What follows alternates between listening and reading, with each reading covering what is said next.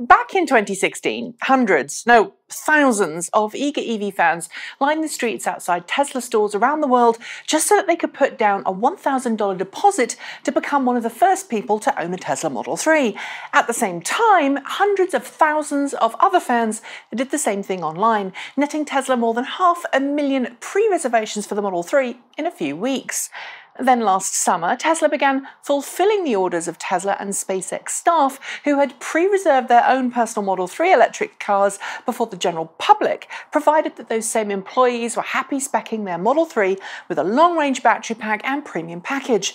And Tesla continued fulfilling those orders and those of special close friends of Tesla until December, when it began offering members of the public a chance to spec their own Model 3. So far, so good. After all, Tesla had made it known from the start that it would prioritise Model 3 orders for Tesla and SpaceX staff ahead of the general public. It also said that order fulfillment for Model 3 customers would depend on both geographic location, basically how close customers are to the Fremont facility where the Model 3 is made, and the desired specification of the customer's Model 3. Pay for a higher-end Model 3 with a long-range battery pack and premium features, and you'll find your order being fulfilled more quickly than those who want the entry-level $35,000 Model 3 or the dual-motor high-performance variant. For many Model 3 customers, this translates to a long wait. But recently the news broke that Tesla is reaching out to existing Model S and Model X customers with Model 3 pre-reservations, inviting them to configure their Model 3 with delivery times in the next few weeks. Those who aren't Tesla customers, well, they have to wait longer. A lot longer in some cases.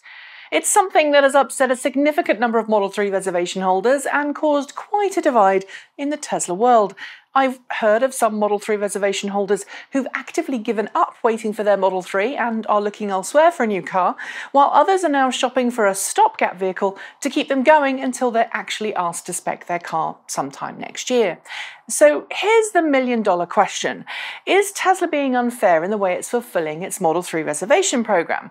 And moreover, is it preventing people from getting into electric cars? I'll grant that it's certainly frustrating for anyone who isn't already a Tesla customer, but many Tesla fans argue that Tesla is simply rewarding those who've helped the brand get to where it is today by supporting its Roadster, its Model S, and its Model X. And they're right. Tesla has every right to provide kickbacks to its existing customers. It has done for many years, and it's not unheard of in the automotive industry, although usually such special treatment for existing customers of other brands comes in the form of loyalty discounting at purchase or exclusive preview events where customers can order their new car before the rest of the public. Tesla providing kickbacks not only ensures its existing customers stay happy, but it also buys it plenty of goodwill in the future. It makes good business sense then to do it that way, at least in some sense. But on the other hand, it doesn't do anything to assuage the critics who say that Tesla is being elitist, rewarding those who have enough money to already own a Tesla electric car, while ignoring the eager fans for whom the Model 3 is the very first Tesla they've been legitimately able to afford.